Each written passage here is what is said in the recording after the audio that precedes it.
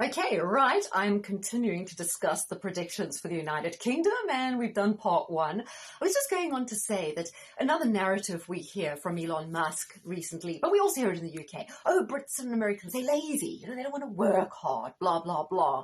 But in my understanding, reading literature, particularly, look, let's take Enid Blyton's famous five.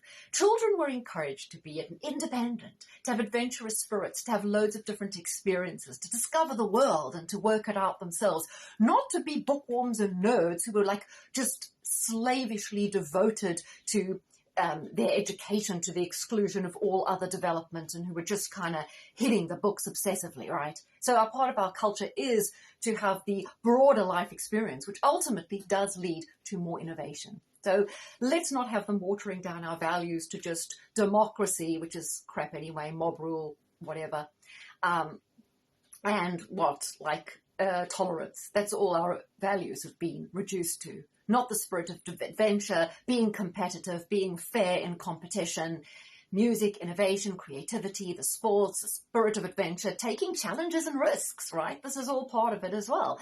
And like with this B21 visa, apparently it's quite exploitative because if you've got one, if your boss sacks you, you're out. 10 days, you home, back to where you came from.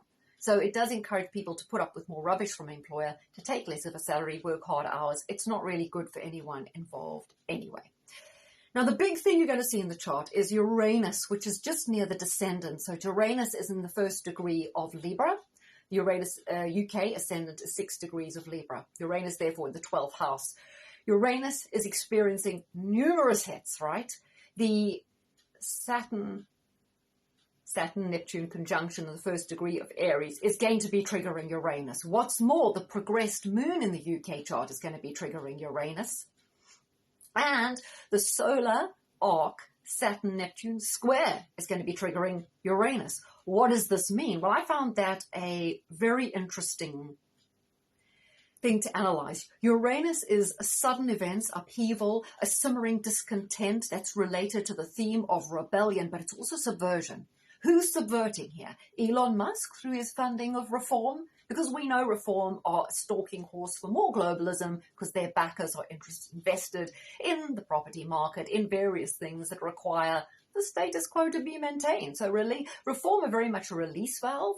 Or the subversion could also be to do what I was saying with the C4 cities and bringing in the whole globalist agenda on a localized level via mayors, via town councils, municipalities, or district councils. That could be part of the subversion. So what we're looking for is the acknowledgement that people are fed up and the riding in of a white knight. So, just to give an example, I was watching a true crime documentary the other day, and a woman she got divorced. Her ex-husband wasn't happy about it. So one night he disguised himself completely and totally, broke into her house, pistol whipped her, traumatized her, tied her up, abused her for hours, then took her outside and left her there. Then he went home, changed into his normal regular clothes, and appeared as her savior to rescue her, hoping she would fall in love with him again, right? You can see the trick, and they're doing the same with us. They've terrorized us with the wokeisms and all the thing that goes with that, and people have this discontent, but now they're going to have the white knight, Elon Musk, Donald Trump, Nigel Farage ride in to save us, and everyone's going to be, wow, this is great, things are changing, but they won't really change at all because it's a bait and switch. So I think that's a lot to do with Uranus. So I say it's all about surprises, subversion, a coup, which could be happening via this Musk, Nick Candy, funding of Musk and everything. Nick Candy's wife is Holly Valance, Australian actress. She's been all getting the right-wing people all excited because she's got the right opinion, so she could lead all the celebrities onto our side to suddenly capture the mood. Who knows, Also, like I say, it's the hidden hand, and it's the abuser versus the savior paradigm. Right. Now, interestingly, Jupiter will be in Gemini the first 6 months of the year, then it moves into Cancer. At the end of the year, it's retrograde, and it will go retrograde on 25 degrees of Cancer in November, which more changes to the government. But Jupiter, interestingly, is direct conjunct the moon on the 2nd of May or the first week of May in 2026. That's always when elections happen. So Jupiter conjunct Moon in the 10th house, I think that was all correct, yeah, in Cancer. Could that mean that's when the election's going to happen and Nigel Farage comes in? I just think it's very interesting that Jupiter conjunct Moon in the 10th house, May, exactly when elections take place, after we've had this turbulent year when Pluto continues to hit Jupiter in the 10th, indicating all these changes at a political level. What also we have is solar arc Uranus conjunct Mars in the 8th house. Mars also rules the 7th house, the house of war, the house of conflict. And of course, being conjunct Uranus could indicate some sort of financial thing going on as well. But in history, Uranus and that Mars connection indicated World War II and also the Crimean War. And that's what leads me to continue to believe that the war in Ukraine, the funding of Ukraine, the continual ambition, particularly prevalent among politicians in this country, to want to dislodge Putin and balkanize Russia by using Ukraine as a wedge will continue, possibly also through subversion going on in Georgia and the Stans to speed up that process. And I think the UK could be instrumental in that. Now let's look at Uranus in Gemini square Pluto in Pisces. That will be happening from the spring through the rest of the year and 2026.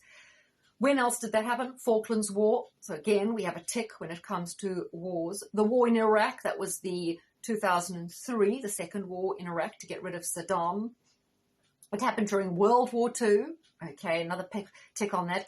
It happened during the Profumo affair. Now, I'm wondering, was it because of the Profumo affair that we never joined America in Vietnam? Because possibly if Profumo, who apparently was quite popular, he was going to be the Minister of Defense, he was the Minister of Defense, or he was going to be, could have been Prime Minister, he could have taken us into Vietnam. I don't know if I'm correct at that, but I'm wondering if there is a link there, but why we're seeing that transit. They were trying to get us into Vietnam, but then the thing happened with Profumo, so they couldn't. I'm just wondering. And also happened in 1920, and I think, well, Britain was heavily involved in the Russian Revolution, right? Forgotten the guy's name, but anyway, there was a lot of involvement there. So again, we have the theme of dislodging the Russian government, in that case, the Tsar, right, reappearing and Britain being involved. There was a particularly cold winter in 1963, which was also when this thing happened, but I'm not sure about that because I didn't get many hits on it. Now, you will remember that I mentioned in the previous vlog where I did the Saturn-Neptune conjunction. The last time we had a Saturn-Neptune conjunction in Aries was in 1371-ish, but like a long time ago, over 700 years, whatever. And that was the time of the Peasants' Revolt, which was at a time of extreme political turmoil and crisis in the UK. And the Peasants' Revolt was driven by high taxes, yes, ditto now, by a lingering war with France that was going on 100 years, the 100-Year War, and by economic reasons, right? So who knows? Maybe this does indicate, along with the Uranus triggering Saturn ruling the 4th, that the public are beginning to get to tipping point where they will indeed get on a general strike, revolt, stop doing civil disobedience, or some sort of lawful way of expressing their concerns. Of course, always lawful, right? Another year that came up that was similar to this one was 1834. Why is it similar? Well, we had progressed moon on Uranus, ditto now. We had Pluto by solar arc opposite Uranus. Now we've got the Saturn-Neptune conjunction opposite Uranus. We had transiting Saturn on Uranus, so another hit to Uranus. And we had Uranus opposite Saturn in the 11th, very similar to now when we've got Uranus square Saturn. So what happened in 1834? Well, hold on to part 3 and we'll find out.